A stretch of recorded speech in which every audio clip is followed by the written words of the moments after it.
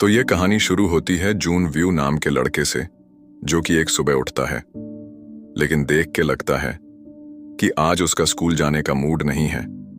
उसका मन है बस कंप्यूटर गेम्स खेलने का। उसकी माँ ने एक नोट छोड़ा है कि घर के लिए कुछ खाने पीने का सामान और जरूरी चीजें लानी है, लेकिन जून उस नोट को नजरअंदाज कर देता है और सीधा अपने कंप्यूटर पर अपने दोस्तों के साथ ऑनलाइन गेम खेलने लगता है। तभी उसका एक दोस्त चिल्लाता है, जल्दी टीवी ऑन करो और न्यूज देखो। जून थोड़ा उत्सुक होकर टीवी ऑन करता है। न्यूज में एक एंकर बोल रहा होता है, लेकिन अचानक ब्रॉडकास्ट कट हो जाता है। वो अपना फोन उठाता है, लेकिन सिग्नल नहीं है। खिड़की से बाहर झांकता है तो देखता है कि लोग इधर उधर भाग रहे हैं, एक दूसरे पर हमला कर रहे हैं बिना किसी वजह के। और फिर वो कुछ ऐसा देखता है कि उसका दिल दहल जाता है। एक लड़की एक औरत को बेरहमी से काट रही है। जून हैरान है, समझ नहीं पा रहा कि ये सब क्या हो रहा है। कोई मदद भी नहीं आ रही। तभी उसे अपने अपार्टमेंट में चीखने चिल्लाने की आवाजें सुनाई देती हैं। वो दरवाजे की झिड़ी से झांकता है, लेकिन कोई नहीं दिखता। जैसे ही वो दरवाजा खोलने वाला होता है, उसका पड़ोसी अंदर घुस आता है। पड़ोसी घबराया हुआ कहता है, बाहर सब पागल हो गए हैं। मेरा अपना भाई मेरे घर में आया। वो पूरा जॉम्बी बन चुका था। उसने मुझे मारने की कोशिश की। प्लीज मुझे यहां थोड़ी देर रुकने दो। लेकिन जून मना कर देता है और कहता है, अगर कोई दिक्कत है तो पुलिस को फोन करो। पड़ोसी उसे शांत करने की कोशिश करता है और कहता है, बस मुझे तुम्हारा बाथरूम इस्तेमाल करने दे, फिर मैं चला जाऊंगा। जून मान जाता है और उसे अंदर आने देता है। उसी वक्त टीवी का सिग्नल वापस आता है और न्यूज में बताया जाता है कि कम्युनिकेशन नेटवर्क अस्थिर हो गए हैं और पूरे शहर में एक नई बीमारी की वजह से हाहाकार मच गया है। जो लोग इस बीमारी से संक्रमित हो रहे हैं वो ज़ॉम्बी बन रहे हैं, बेहद हिंसक और इंसानी मांस खाने की भूख से भरे हुए। अगर कोई काट ले तो वो भी ज़ॉम्बी बन जाता है। इस बीमारी का एक लक्षण है आंखों से खून बहना और तेज दर्द। जून को अचानक अपने पड़ोसी का ख्याल आता है जो बाथरूम में है। उसे खतरा महसूस होता है। वो रसोई से चाकू उठा लेता है। तभी पड़ोसी बाहर निकलता है और दरवाजा बंद कर देता है। जून चाकू तान कर खड़ा हो जाता है। पड़ोसी उसे शांत करने की कोशिश करता है, मैं ठीक हूं, बस मुझे 1 घंटे यहां रुकने दे। लेकिन जून की नजर पड़ोसी के हाथ पर पड़ती है जहां खून लगा हुआ है। वो घबरा जाता है। थोड़ी देर बाद पड़ोसी की आंख से खून बहने लगता है। वो शीशे में खुद को देखता है, डर से चीख पड़ता है और उसका शरीर बुरी तरह कांपने लगता है।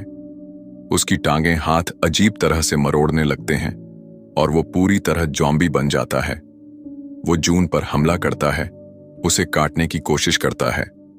जून किसी तरह उसे धक्का देकर अपार्टमेंट से बाहर निकालता है और चाकू से वार करता है।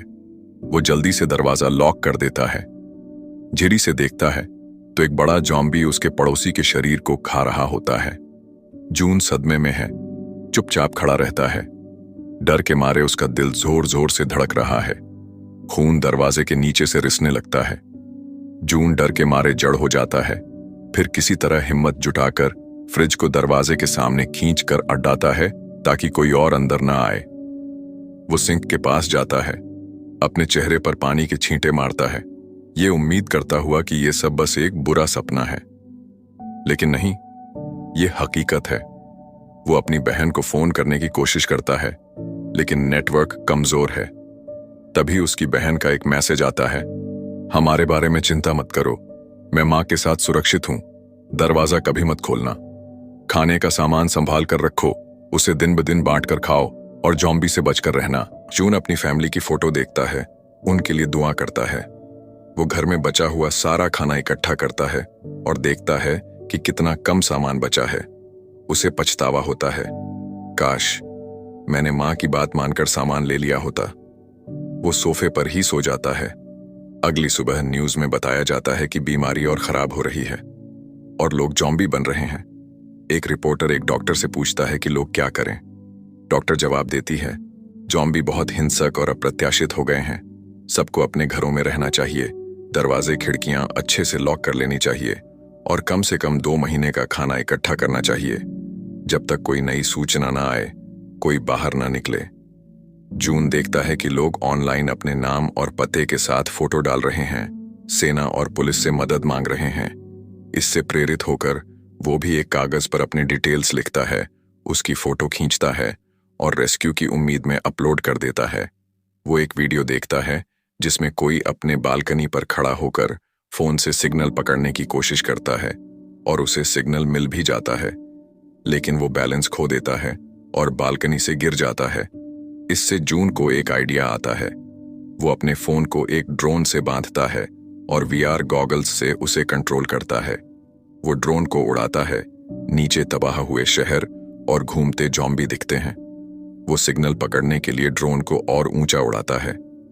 उसे एक बार सिग्नल मिलता है, वो जल्दी से अपनी बहन को कॉल करने की कोशिश करता है, लेकिन तभी ड्रोन की बैटरी खत्म हो जाती है और वो फोन समेत क्रैश हो जाता है।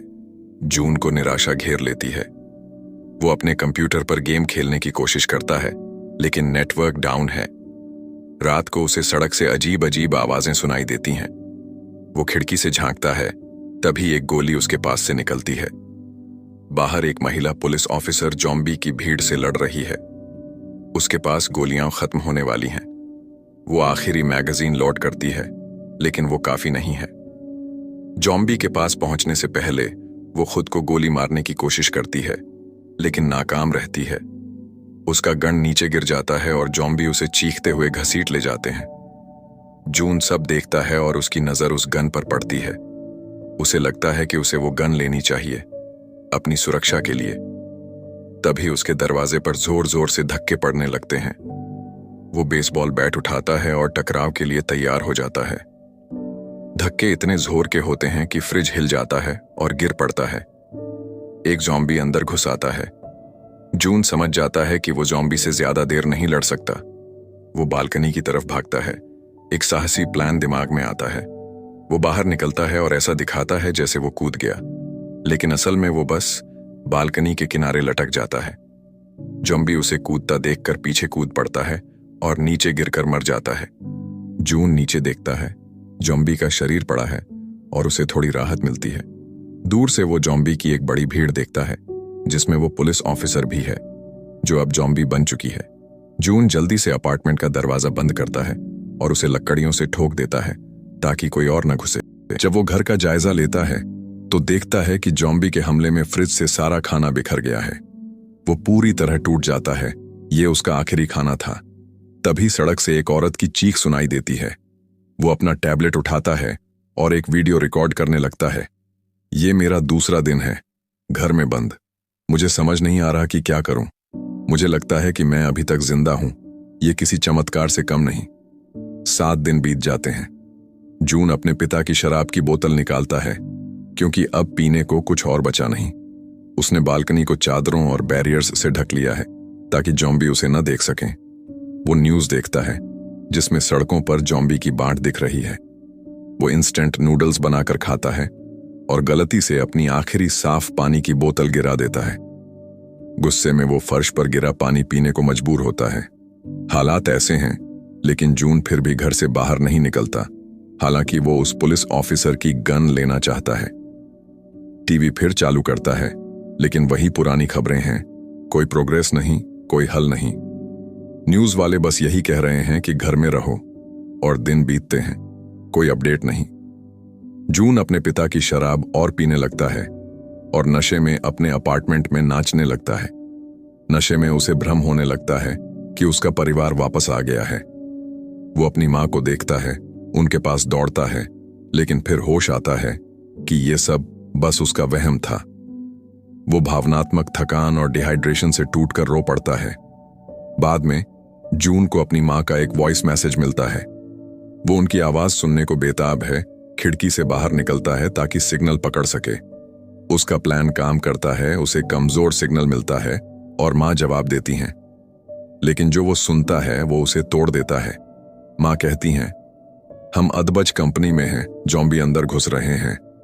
फिर वो अपनी मां और बहन की चीखें सुनता है, क्योंकि ज़ॉम्बी उन पर हमला करते हैं।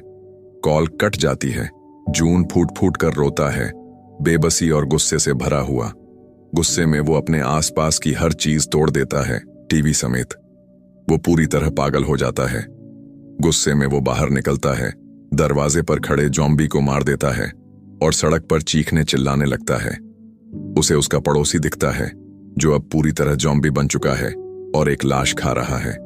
जॉम्बी उसकी तरफ बढ़ता है, लेकिन जून उस पर चिल्लाता है कि पीछे हट जाए। लेकिन उसकी चीखों से पास के और जॉम्बी का ध्यान उसकी तरफ जाता है। जून लिफ्ट की तरफ दौड़ता है, लेकिन अंदर एक और जॉम्बी है। वो भागकर छिप जाता है, सांस रोककर चुप रहता है। आखिरकार वो अपने अपार्टमेंट में वापस पहुंच जाता है, लेकिन एक अंधा जॉम्बी उसके पीछे है। जून बिल्कुल स्थिर और चुप रहता है। खुशकिस्मती से वो जॉम्बी उसे बिना देखे निकल जाता है। जून दरवाजा लॉक करता है, लेकिन लॉक करने की आवाज से जॉम्बी का ध्यान फिर उसकी तरफ जाता है। वो दरवाजे पर जोर जोर से धक्के मारने लगते हैं। जून दरवाजे का हैंडल पकड़कर पूरी ताकत से रोकता है और आखिरकार जॉम्बी हार मानकर चले जाते हैं। अब 20 दिन बीत चुके हैं। जून ने सारी शराब खत्म कर दी है। बाहर देखता है तो बिजली के सबस्टेशन में धमाके हो रहे हैं। जल्दी ही पूरी बिल्डिंग की बिजली चली जाती है। जून में निराशा छा जाती है।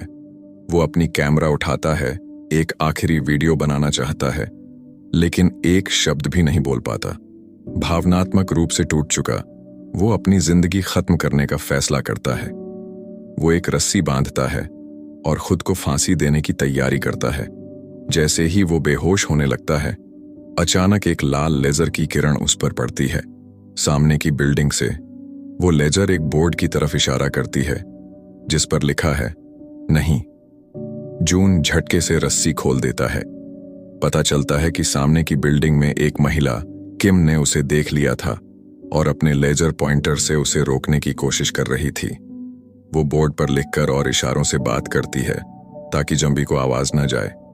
वो जून को बेवकूफ कहती है कि वो आत्महत्या के बारे में सोच रहा था। दोनों हर सुबह 7 बजे खिड़की पर मिलने का फैसला करते हैं। जून मुस्कुराता है, उसे एक और जिंदा इंसान मिला है और उसके दिल में उम्मीद जागती है।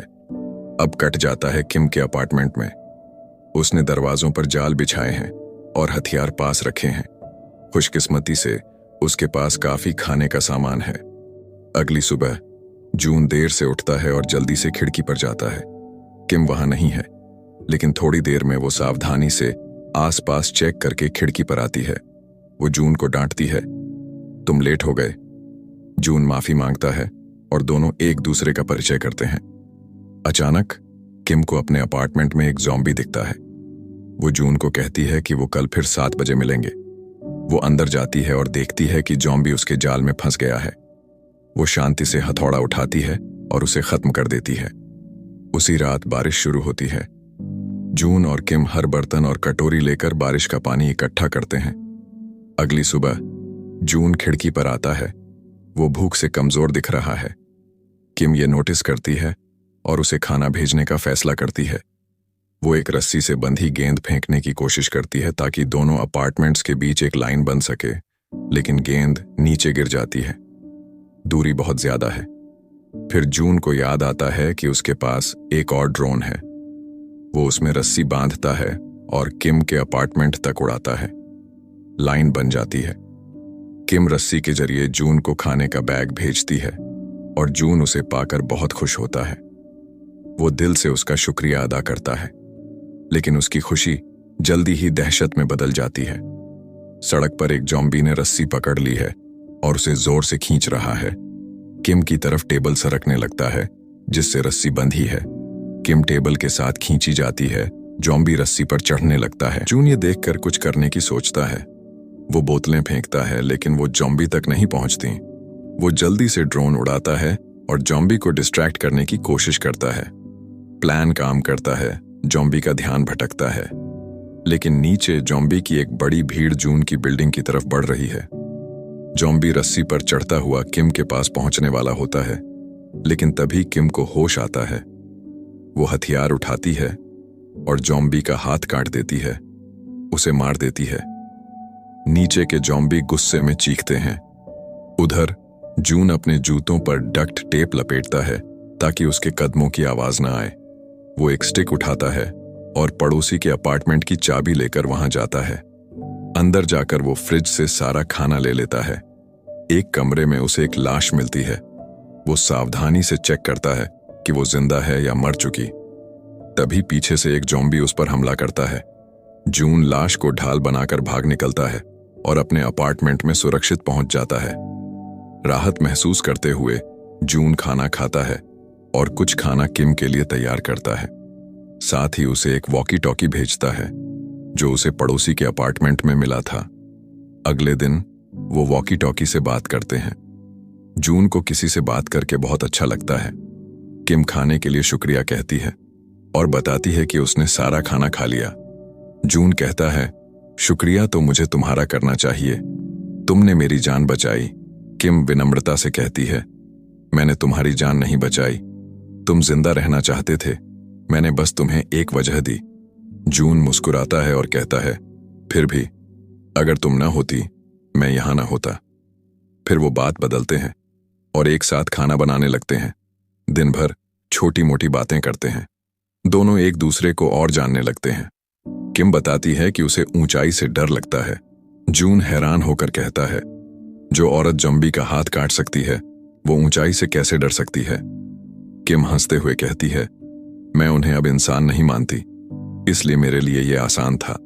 अचानक दोनों को बारिश की आवाज सुनाई देती है। वो उत्साहित होकर पानी इकट्ठा करने की सोचते हैं, लेकिन जल्दी ही समझ आता है कि ये बारिश नहीं बल्कि ज़ॉम्बी की एक बड़ी भीड़ की आवाज है जो उनकी बिल्डिंग की तरफ दौड़ रही है। दोनों डर के मारे जमीन पर लेट जाते हैं, कोई आवाज न करने की कोशिश करते हैं, लेकिन किम गलती से एक टेबल गिरा देती है। उसकी आवाज से ज़ॉम्बी का ध्यान उसकी तरफ जाता है। किम डरते हुए जून को रेडियो पर बताती है कि क्या हुआ। जून बिना देर किए एक डिस्ट्रैक्शन प्लान बनाता है। वो किम की बिल्डिंग में किसी और अपार्टमेंट की फोन लाइन पर कॉल करता है। फोन की घंटी से ज़ॉम्बी का ध्यान भटकता है और वो किम के अपार्टमेंट से दूर चले जाते हैं। दोनों फैसला करते हैं कि अब बिल्डिंग छोड़कर कहीं सुरक्षित जगह जाना होगा। किम का कहना है कि पास की एक बिल्डिंग का 8वां माला ज़ॉम्बी से खाली है। उसने कई दिनों तक वहां कोई हलचल नहीं देखी। किम पहले जाने का फैसला करती है। वो अपने आप को रस्सी से बांधती है और खिड़की से नीचे उतरने लगती है। रास्ते में उसे कई ज़ॉम्बी मिलते हैं, लेकिन वो अपने हथियारों और हिम्मत से उन्हें आसानी से संभाल लेती है। जून उसे देखकर हैरान रह जाता है। किम जमीन पर पड़ी उस पुलिस ऑफिसर की गन उठा लेती है, लेकिन तभी एक ज़ॉम्बी उसे काटने वाला होता है। जून तुरंत नीचे उतरता है और किम के साथ मिलकर ज़ॉम्बी से लड़ता है। दोनों भागकर उस बिल्डिंग की तरफ दौड़ते हैं जिसके बारे में किम ने बताया था। अंदर पहुंचकर वो दरवाजा बंद करते हैं, लेकिन शीशे का दरवाजा कमजोर है और ज़ॉम्बी उसे तोड़ने लगते हैं। जून और किम जल्दी से लिफ्ट की तरफ भागते हैं और आखिरी पल में उसमें चढ़ जाते हैं। वो 8वें माले पर पहुंचते हैं और गलियारे की जांच करते हैं। वहां कोई ज़ॉम्बी नहीं दिखता। वो कुछ अपार्टमेंट्स के दरवाजे खोलने की कोशिश करते हैं, लेकिन सब ताले में हैं। तभी पीछे से एक ज़ॉम्बी आता दिखता है और कुछ ही सेकंड में ज़ॉम्बी की पूरी फौज नजर आती है। जून जल्दी से एक दरवाजा जोर से बंद करता है ताकि भीड़ को रोक सके। वो और किम लड़ते हुए आगे बढ़ते हैं। आखिरकार किम एक अपार्टमेंट का दरवाजा खोल पाती है, लेकिन अचानक कोई उसे अंदर खींच लेता है। वो शख्स एक स्मोक ग्रेनेड फेंकता है ताकि उनकी हलचल छिप जाए और जून को भी अंदर बुलाता है। जून अंदर भागता है और थोड़ी देर के लिए दोनों सुरक्षित हो जाते हैं, लेकिन किम को शक होता है। वो पूछती है, आप कौन हैं? वो शख्स अपना नाम शियांग बताता है और कहता है, तुम्हें मुझे शुक्रिया कहना चाहिए। किम कंफ्यूज होकर कहती है, मुझे यकीन था कि इस माले पर कोई नहीं है। शियांग जवाब देता है, मुझे भी लगा था कि इस पूरे इलाके में मैं अकेला जिंदा हूं। वो उन्हें पानी ऑफर करता है, लेकिन किम तब तक नहीं पीती जब तक शियांग खुद उस बोतल से नहीं पीता। फिर वो सुरक्षित महसूस करती है। शियांग उन्हें खाना भी देता है और कहता है, इसे खाओ, जब तक रेस्क्यू टीम का इंतजार करते हैं। जून और किम ये सुनकर हैरान और खुश हो जाते हैं। शियांग बताता है, मैंने टीवी पर देखा कि रेस्क्यू टीम आ रही है। जून खुशी से किम को गले लगा लेता है। उसे लगता है कि आखिरकार बचने की उम्मीद है, लेकिन कुछ मिनट बाद जून अचानक बेहोश होकर गिर पड़ता है। पता चलता है कि शियांग ने खाने में नशीली दवा मिलाई थी। किम के पास कुछ करने का वक्त नहीं होता, वो भी बेहोश हो जाती है। शियांग किम को घसीटकर एक कमरे में ले जाता है, उसे बांध देता है और ताला लगा देता है। जब किम को होश आता है, वो देखती है कि उसके सामने एक जॉम्बी बंधा हुआ है। फिर उसे शियांग की आवाज सुनाई देती है। वो जॉम्बी को किम की तरफ छोड़ने लगता है। चौंकाने वाली बात यह है कि वो जॉम्बी शियांग की पत्नी थी। शियांग चाहता है कि उसकी पत्नी किसी जिंदा इंसान को खाकर जिंदा रहे, इसलिए उसने किम को उस कमरे में बंद किया। उसी वक्त जून को होश आता है। वो शियांग पर गन तानता है और उसे राक्षस कहता है। शियांग गिड़गिड़ाते हुए कहता है, मैं बस अपनी पत्नी को बचाने की कोशिश कर रहा हूं। वो जॉम्बी की चेन छोड़ देता है और जून से कहता है, उसे किम को खाने दे, मैं तुम्हें जिंदा छोड़ दूंगा। मैं तुम्हें जितना खाना चाहिए वो भी दूंगा। वो जून से गुजारिश करता है, लेकिन जून चैन को पकड़े रहने की कोशिश करता है। चैन उसके हाथ से छूट जाती है और जॉम्बी किम की तरफ बढ़ता है।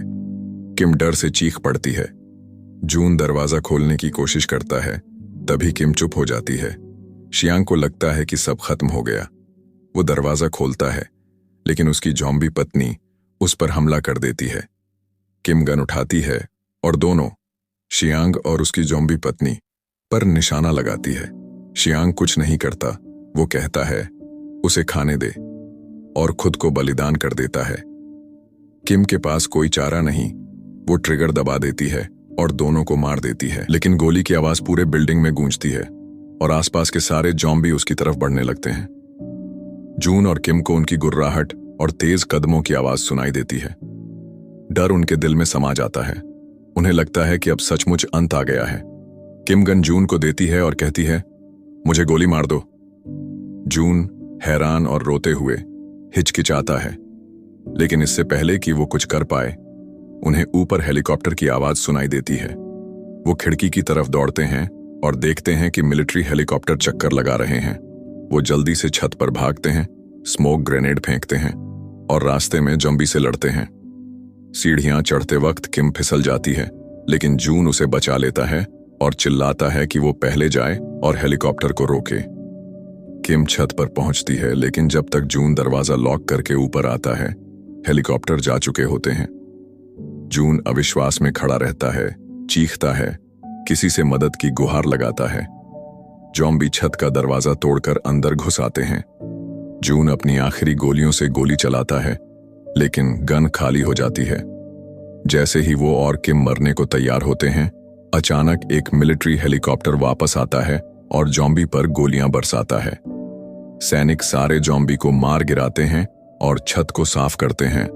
वो जून और किम को बुलाते हैं, जो हेलीकॉप्टर में चढ़ जाते हैं। हेलीकॉप्टर हवा में उड़ता है। वो सुरक्षित हैं। जब वो तबाह हुए शहर के ऊपर से उड़ते हैं, उन्हें रेडियो पर एक ब्रॉडकास्ट सुनाई देता है कि 50,000 से ज्यादा लोग संक्रमित हो चुके हैं। शहर लगभग खाली हो चुका है। ब्रॉडकास्ट में यह भी बताया जाता है कि जून की अपलोड की गई फोटो की वजह से मिलिट्री को उसकी लोकेशन मिली थी, और इसके साथ ही कहानी खत्म होती है। दोस्तों, अगर आपको यह कहानी पसंद आई तो लाइक बटन जरूर दबाएं। अगर आपने इस वीडियो को आखिर तक देखा तो कमेंट में एक ज़ॉम्बी इमोजी डालें, ताकि हमें पता चले कि आपको यह मूवी कितनी पसंद आई। देखने के लिए शुक्रिया।